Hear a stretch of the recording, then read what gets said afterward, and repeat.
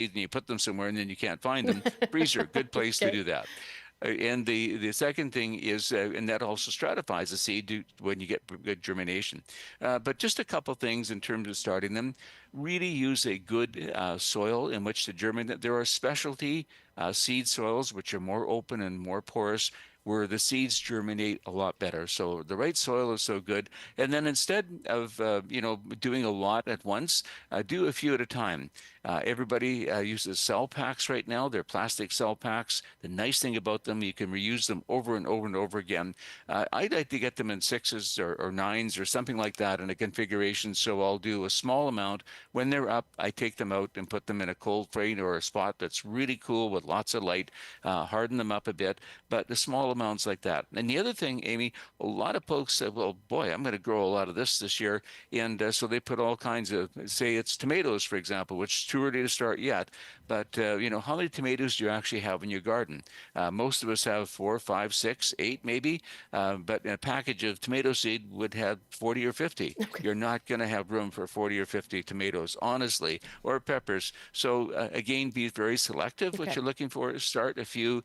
If it doesn't work out, you can start more. You've got the, but small, easy. Timing is everything. It's too early for most things, and the later you leave it, the better you'll be. Because every day, 1 minute more light. Every day, it gets a little bit warmer. As we move forward and the sun comes back over here. So I'm very optimistic. I just want caution when we're doing seeds. Don't overbuy.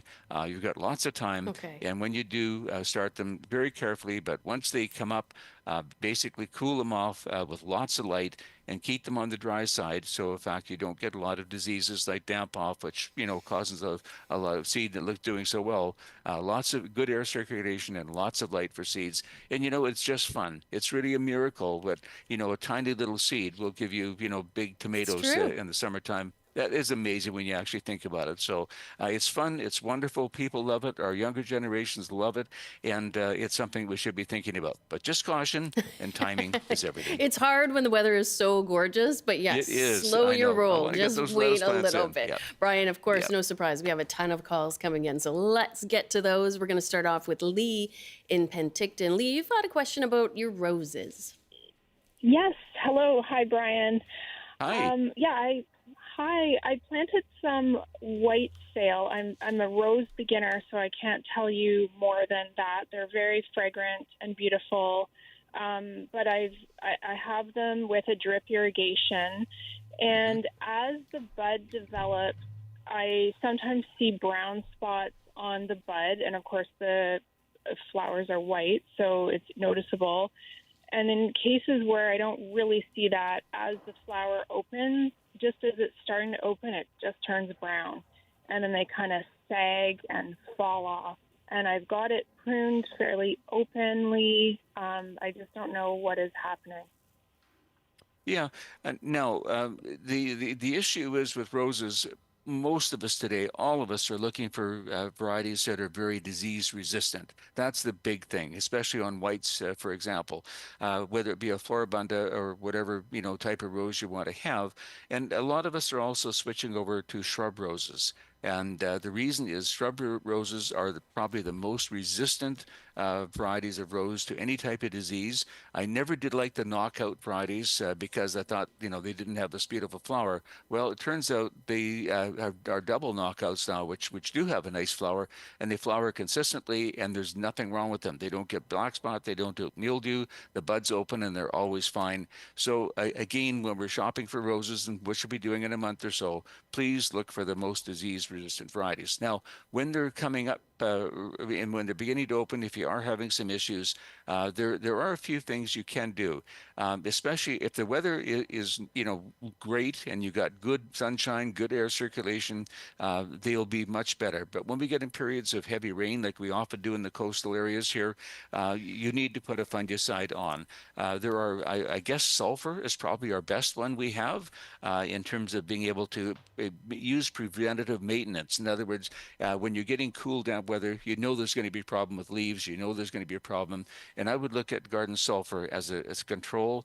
We still have copper available. Copper is a control for them. And that's what you have to do, Lee, is when the weather's bad and you're seeing this problem, preventative spraying with a good and effective fungicide like sulfur or copper. All right, Lee, hope that helps you with your roses. Howard in Ladner, what's your question for Brian? Hello. This is about raccoons tearing up a lawn. Uh-oh. I'm mainly calling for this friend of mine who we've talked about this before. I, for her, have been applying Grub Begone for the last few years, even more than has been prescribed on the package, like about 3 times a year. And so it's really a little shocking to find that right now the raccoons are tearing up her lawn. I don't understand, like here in Ladner, where we are pretty warm year round, especially this past year. Whether it's crows or raccoons, they seem to attack the lawns pretty much all year round now. Do you see that at all, Brian?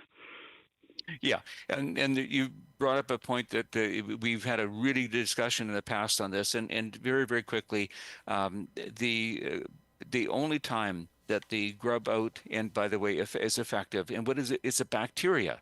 Nematodes and that type of thing don't work at all. You basically want bacteria. It's a bacillus, but the timing is good. You need to get it in early, I would say about mid-July, because over the late July, August period, the eggs are going to start to be laid. The adults will lay the eggs for the next generation. So what you want to do is late July, mid-July, anytime in there, and a second application that has to go on in early August. Those 2 applications will be enough time that the bacillus will take care of the eggs, so they don't have this hatching issue. And that's the timing. I don't know, putting it on any other time of year doesn't make any sense. And the other thing you have to keep in mind that the bacillus is alive. It has a lifespan. And so it's a living thing. And sometimes if you leave it in your home, whatever, the bacillus have died. And so you know when to put it on. If you want fresh bacillus, that's very, very important, which the garden stores are really good at doing. And that's it. Now, if that did not work for whatever reason, we talked about this before, as long as you don't have too large a lawn, in the late summer is probably the best time to do this. Just simply put wire down. Why let your lawn be destroyed? Simply put poultry wire or another type of wire, lay it down tight, just peg it down, and there's no way that crows, raccoons, skunks, anything is going to dig up your lawn, and that is the simple solution to stop that. Instead of spending hundreds of dollars in time fixing it up, put the wire down when you see that, and that will do the job for you. All right, Howard, I hope that helps, and I can attest to the power of the chicken wire. It did manage to win out over the raccoons in our yawn years ago. Chris in Victoria, I hear you've got a follow-up about growing tomatoes indoors. Yeah, thanks very much for taking my call. Hey, Brian, always so helpful. Hi, Chris. Good. Yeah. Yeah, I called either last week or the week before mentioning I was growing some tomatoes indoors in a tent. And tomato plant's growing fairly well, starting to flower. And I asked you if I could use the same flowers from that tomato plant to pollinate the flowers to be able to help them turn into tomatoes. And you said I could. Yep. So I have been going ahead and doing that. But as of yet, none of those flowers have actually turned into tomatoes. I'm doing what I would do outside to pollinate them with a Q-tip and just kind of rubbing them as, reasonably as I can on the flower and then moving it from flower to flower. But nothing's turning into a tomato. So I'm curious if you know why that might be and how I might be able to rectify that. Yeah, Chris, very good question. Pollination is a big thing, but you have to do your pollen work early in the morning. And when I say early in the morning, before 7 o'clock in the morning, I'm not joking. It really does make a difference, but it has to be done early. And sometimes you just need to shake the vines. May I ask, Chris, what variety of tomatoes are you growing? It's a type of cherry tomato. I don't know the exact type, but it's a cherry tomato of some kind. Like I think it's I can't remember, but it's a fairly easy to grow one. And I'm very successful with them outdoors when I grow them in the summer. Yeah, Good. And again, they are available there. You have to get them through a seed catalog. But I suggest instead you look at the new, there's a mini series, a mini vegetable series, and mini Siam, by the way, is one we gave out to CBC at a food raising bank a few years ago. But mini Siam is the variety you want to get. And the reason is it pollinates so easily. And that's what you're finding in right now, too, as well. It will get better as we, get more daylight and the growing conditions improve. Outdoors, it also helps the indoor growing, so much light as possible. But try the pollination early in the morning. A lot of people would just shake the vine, gently shake the vine. That seems to be the best way. But again, from experienced growers and just a long time before 7 in the morning, you got to get up early to do that, Chris, and it will make a difference. But also remember, Mini Siam is probably your best one for early that just will not let you down, and it pollinates very easy. All right, Chris, thanks so much. Nice to hear from you again. I'll get an email in now, Brian, from Shelley, and she writes, my cactus is not old, however, it has cankers on its leaves. I thought it was scales, however, it does not scratch off, and the sores are light and splotchy looking, not rounded and brown. I want to dose it in neem oil as a prevention. Please advise. Yeah, a canker is something, and I'm not sure there's gazillions different varieties of cactus, but if it starts taking over, the best thing is to take cuttings and start new ones from the tips if you possibly can. Again, I'm not sure what type of cactus it is, but if you're going to start new cactus, probably not the best time of year now to do that. The growing conditions aren't the best, but if it's a prickly one, all you do is put a piece of newspaper around it and hold the newspaper with a very sharp knife, cut it off. Let it dry up, first of all, because it's wet and moist. Let it dry up for a few days, and then just put it in some sand, moist sand, and it'll reroot that way. Cactus are very easy to propagate, but there's no way of getting rid of canker other than physically starting new plants from the ones you have. All right, hope that helps. We'll get a call in now from Caroline in Coquitlam. Hi, Caroline. Hi. And what is your question for Brian today? Well, I heard him mentioning the forsythia earlier. The yellow and forsythia. I have one in my front garden. It's south-facing, and it just never blooms. It has very little blooms on it, and I don't know what to do to it. Yeah, Caroline, how long have you had it, by the way? Like probably 8 or 10 years. Oh my goodness. Does anybody prune the forsythia? Yes, we have pruned it. We've done gentle pruning. We've done hard pruning. We've tried different things with it. Okay. And you bring up a very good point here too. When you prune forsythia, when the blooms are finished in the season, that's when you prune, allowing new stems to come out and have enough time to set buds. What are you feeding it now? Nothing in particular. Okay. No, to thank you. It's just good information. It's great. There's 3 ways to make this forsythia bloom. Number 1 is a pruning. Don't prune, because it needs that new growth that comes out early in the year to set buds for next year. The second thing is the type of nutrient you give it must be low in nitrogen. We want no nitrogen at all. We want lots of phosphorus and potash. That, in fact, will train the plant to actually produce flowers and fruit and flower. That's the big thing. So anything that's very low in nitrogen but high in phosphorus and potash, most of those fertilizers last for about 12 weeks. So when the growth cycle begins, do it there. 12 weeks later, do it again. Guarantee that will really help make a difference. But the big thing is all during the growing season. Is it when we get lots of sunshine and lots of good weather, whatever in the summertime? Do not water it. Put the plant under stress. So think, oh my gosh, I'm going to die here. It'll immediately want to produce seed. To do that, it has to produce flowers. So stressing the plant out, giving the nutrient, and the pruning are the 3 things that you can do to make sure that forsythia. Now, if it's not blooming this year, I guarantee, Caroline, if you do that next year, you're going to be tired of looking at the blooms, honestly. All right, Caroline. I hope that starts blooming for you very soon. Roy in North Saanich, what is your question for Brian today? Hi there. Hi. My question is regarding a fig tree that I have in my backyard that I just tore out because it failed to thrive for at least 10 years and got all stringy and it was a Desert King, and I think it was because it was in a bad spot. I'm going to replant a fig because my wife really wants figs, but in a better drained spot, full sun. But my question, Brian, is I had a Desert King, which is what they recommend for my area in North Saanich. Yep.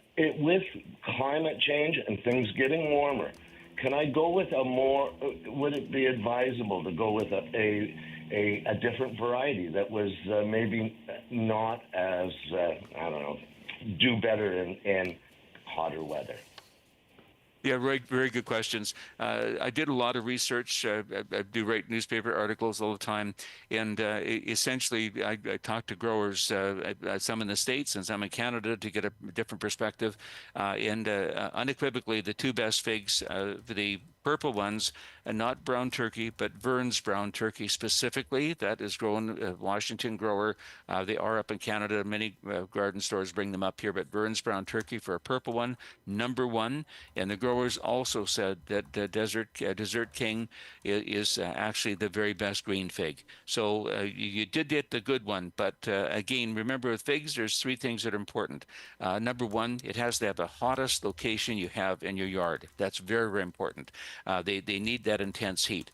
And as we talked with Caroline a few weeks ago, once it's up and growing, the type of nutrient you give it, shut off the nitrogen, get lots of phosphorus and potash, so that as it goes into the summertime, it's set to start. And I've seen, Roy, young figs in a 1-gallon container producing, early. So it's that type of nutrient you give it, where you locate it, and getting the right varieties. Those are the three things. So you did have the right variety, but it's easy because we grow them, and I see them, all the time, setting bud, easy. So you need to be a little meaner, I think, in terms of not being too nice about this thing. We're going to, if it's not producing figs, shut down the nitrogen and shut off the water a wee bit, stress the plant, and it'll completely turn around for you. I've grown, so many and have great success all the time, Roy. All right, hope that helps, Roy, and good luck with your fig. We've got one last call from Elle in Vancouver about your bird of paradise, one of my favorites. What's your question, Elle? Hi there. My question is, my bird of paradise is about 2 years old, and it's grown from 2.5 feet to about 6 feet. Mm-hmm. Do I repot him? What's the best maintenance to keep it thriving and beautiful? But the leaves have hit the ceiling, and now the leaves are curling. Okay. Elle, it's one of the easier plants. I always recommend them. The birds are easy to be able to grow inside our homes right now. They do need to be in the sunniest, warmest spot you have in your house. They'd like that. And but the thing is, keep them. I like keeping them root bound, not to the silly point where they're just totally root bound. But I'd rather see them root bound than growing too much. You seem to be getting that growth. That's unusual to get that much growth on them. What are you feeding them right now, Elle? On just water and a few drops of this liquid fertilizer, but only once every month. Yeah, at this time of year, you shouldn't be feeding anyway, but in once a month to be okay. But coming back to this nutrient again, you want to get a liquid fertilizer that one of the flowering varieties, which is usually very low in nitrogen and high in phosphorus and potash. So that's the only one you want to be able to use to stop this growth, because you want to make the plant more compact, and that's very important. And sometimes you can cut the plant back, if it's just getting too big, that doesn't make any sense, right? Just start over. Right. And a lot of garden stores, there's so many different varieties out there right now, but most of them are white. Make sure you get the variety, the bird that is the yellow flowering one, the orange flowering one with the blue. That's the one you want to get. It's better. And then once they're growing, really stress them. Do not be nice to them. Good drink, but let them dry out well between waterings. And use a low nitrogen fertilizer when you do nutrient, and keep them. But those are the secrets, because when I go speak to garden clubs across the province and so on, people show me lots of things. And a gentleman in Powell River told me his bird, and it was absolutely amazing and full flower. But he had it right in a window, stressed the plant out, and it was amazing. So stress is a good thing, Elle. Stress is a good thing. Okay, I will stress. I call him Bob. I'll stress my Bob. Okay. All right, you Okay, stress Bob. Yes, you please. stress Bob. We'll try not to be stressed ourselves. And Brian, such a gorgeous day. It's been lovely to have you here with us, but I'm going to let you go now, and so you can head outside and soak up some sunshine. Thank you, but I want to mention one thing, if it could, on No, the seeds. Brian, we have no time. I'm sorry, Okay, we're no right time. out of Okay, time. Brian for the Minter guys, is our Valentine's next week. Thank Brian you. Minter is our gardening columnist and joined us from Country Garden Limited in Chilliwack. He'll be back in 2 weeks.